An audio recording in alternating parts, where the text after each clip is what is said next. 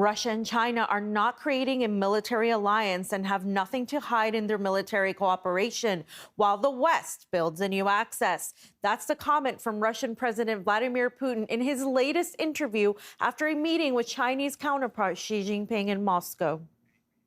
We are not creating any military alliance. It is true that we have some military cooperation, but it is all transparent. There are no secrets there. We are conducting joint military drills too. But it is not a military alliance. And what is the US doing? They are creating more and more new military alliances. It is the West that is building new axes. Look. Last year, NATO agreed a new strategic concept for its development. Western analysts are saying that the West is building a new axis similar to the one that was created in the 1930s by the fascist regimes in Germany and Italy and the militaristic Japan. Vladimir Putin, in that very same interview, said that Russia was going to put tactical nuclear weapons in Belarus. The Russian president said that this was a response to a move by London that he called absolutely reckless, its decision to supply Ukraine with uranium-depleted munitions. Now, Putin also emphasized to everyone that these nuclear weapons in question will remain under Russian control.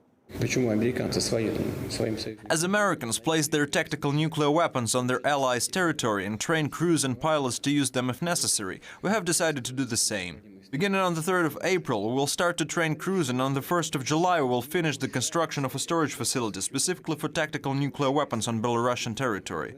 We will not hand over the weapons to Belarus just as the US doesn't to its allies. We are simply doing what they have been doing for decades.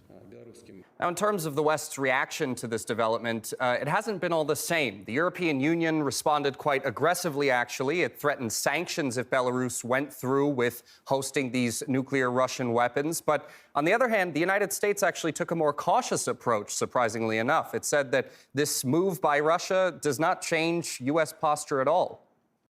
We have not seen any reason to adjust our own strategic nuclear posture nor any indications Russia is preparing to use a nuclear weapon.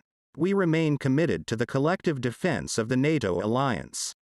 Both leaders, of course, signed over a dozen documents deepening defense, industrial and economic cooperation between the two countries. Moscow and Beijing have said they want to deepen their strategic partnership, make it even more all-encompassing than it was before for a new era. And this is something that obviously is quite frightening for Washington. And Secretary of State Antony Blinken said himself it's a grave concern for Washington and the United States that this strategic cooperation is increasing between Moscow and Beijing. On the other hand, Putin is, of course, more than happy to have a friend like Xi Jinping right now.